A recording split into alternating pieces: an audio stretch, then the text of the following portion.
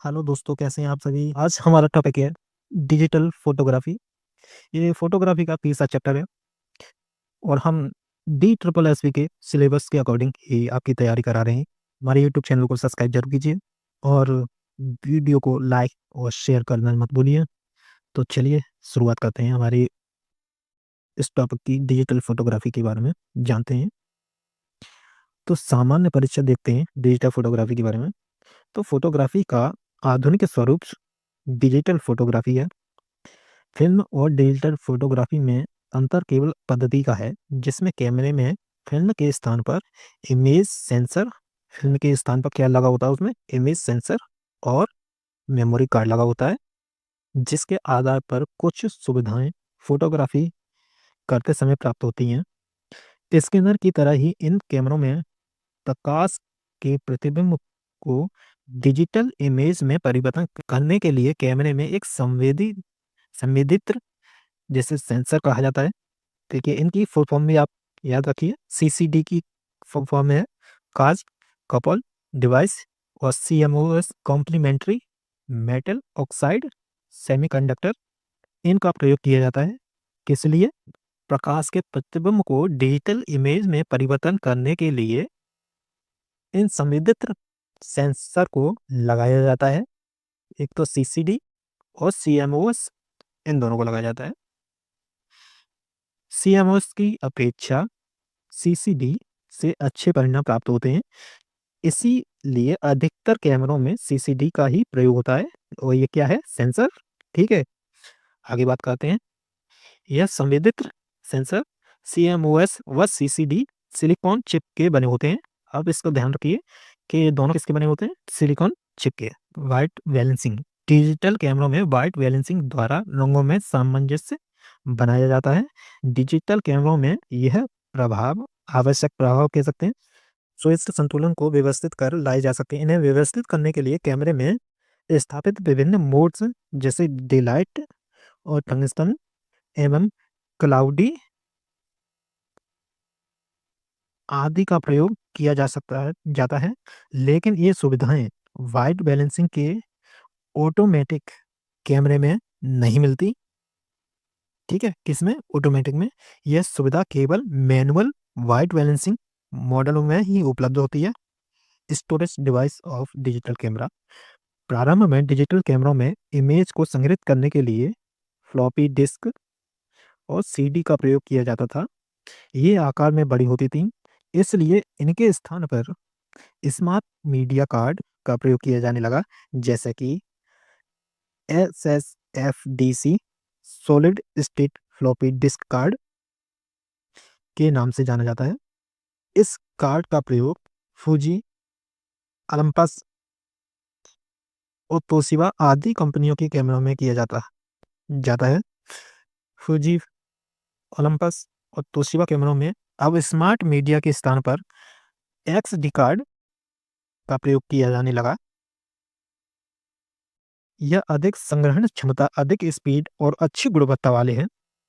XD card, इसकी संग्रहण क्षमता जो है 2 GB, GB की फुल फॉर्म गीगाबाइट तक होती है। डिजिटल कैमरे द्वारा अधिक रेजोल्यूशन वाली छवियों को संकुचित करके टिफ, JPEG आदि फाइलों के आकार में संग्रहित किया जाता है। डिजिटल कैमरों की संग्रहण क्षमता बढ़ाने के लिए TC कार्ड का भी प्रयोग किया जाता है। यह कार्ड फ्लॉपी डिस्क की तरह ही कैमरे में लगाए जाते हैं।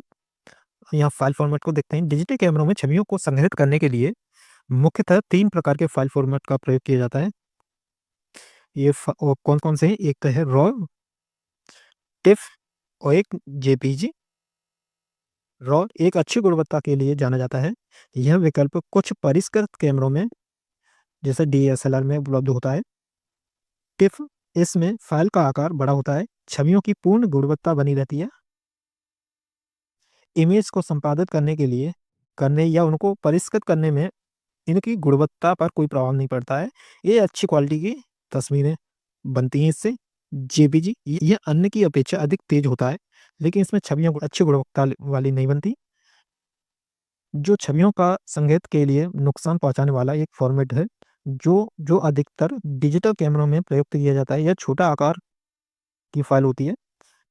ठीक है, ये आप याद रखना। जेपीजी कैसे आकार की फाइल होती है? छोटी आकार की। और सबसे अच्छी गुणवत्ता वाले फोटो किस में बनते हैं? टिफ में। और बड़ा आकार होता है इस फाइल का। रॉ भी अच्छी गुणवत्ता के लिए भी जाना जाता है। किस में उपलब्ध होता है ज़्यादातर? डीएसएलआर कैमरों में। डिजिटल कैमरा देखिए, डिजिटल कैमरों में मुख्यतः 3 श्रेणियों में वर्गीकृत किया जाता है। वो कौन-कौन से हैं? डिजिटल कॉम्पैक्ट कैमरा, दूसरा है डिजिटल प्रोज्यूमर कैमरा और तीसरा है डिजिटल एक लेंस प्रतिक्रिया, जिसे कहते हैं digital single lens reflex camera. Tiff की फुल फॉर्म होती है टैगेड इमेज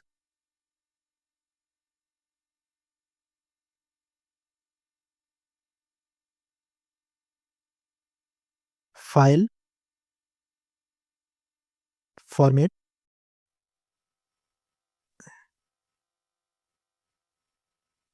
ठीक है, जेपीजी की फुल फॉर्म होती है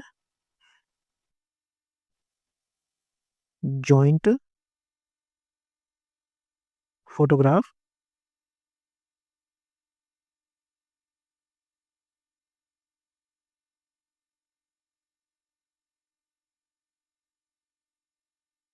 जॉइंट फोटोग्राफी एक्सपर्ट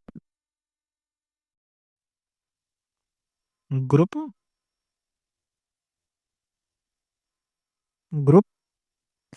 आगे देखते हैं डिजिटल कॉम्पैक्ट कैमरा।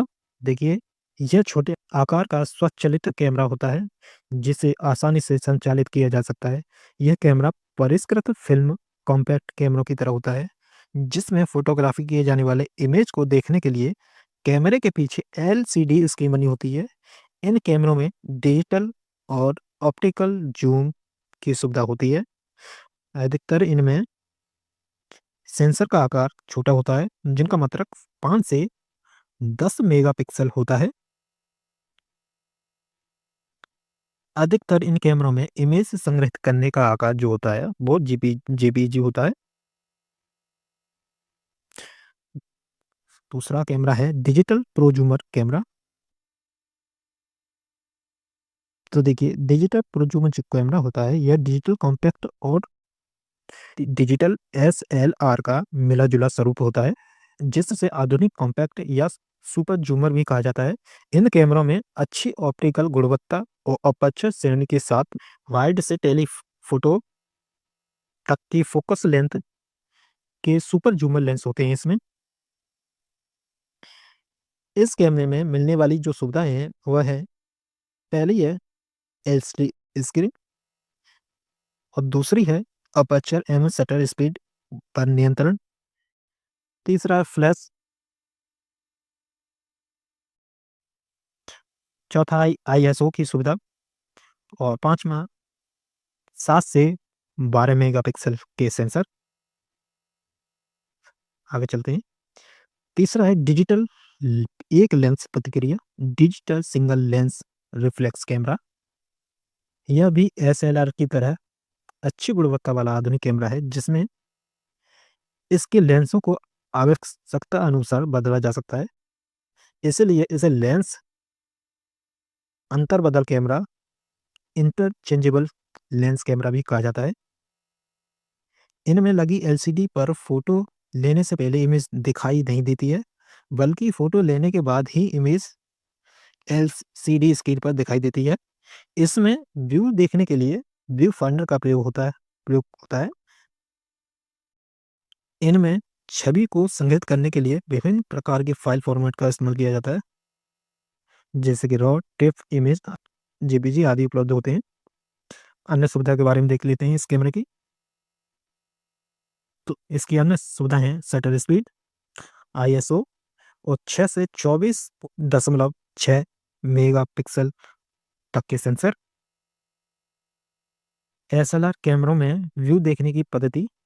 तो देखिए, डिजिटल एवं एसएलआर कैमरों में लिए जाने वाले फोटोग्राफ व्यू देखने के लिए व्यू फाइंडर का प्रयोग किया जाता है।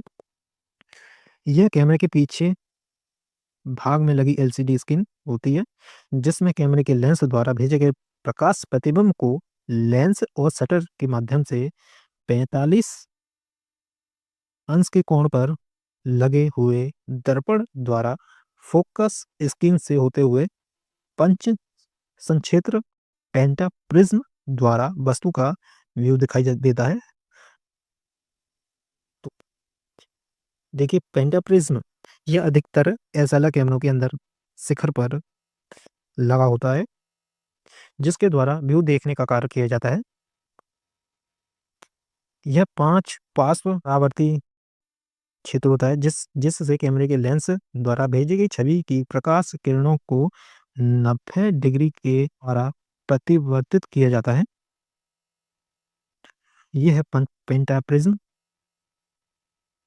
देखिए, प्रकाश की किरणें यहाँ लेंस से होते हुए दर्पण पर टकराती हैं, यहाँ फिल्म लगी होती है, उसके बाद यहाँ से 90 डिग्री के कोण पर ये मुड़ जाती हैं, यहाँ पेंटाप्रिज्म होता है ये, ठीक है। पेंटाप्रिज्म के ऊपरी हिस्से में टकराकर ये सीधा यहाँ टकराती हैं, उसके बाद हमें यहाँ से व्यू फाइंडर से इमेज दिखाई देती है, ये लेंस है। तो ये था फोटोग्राफी का तीसरा चैप्टर। आशा करते हैं आपको अच्छा लगा होगा। अगले चैप्टर में हम कैमरे के प्रमुख भाग एवं कार्य के बारे में देखेंगे। तो मिलते हैं अगले वीडियो में। हमारे यूट्यूब चैनल को सब्सक्राइब जरूर कीजिए और वीडियो को लाइक शेयर करना मत भूलिए।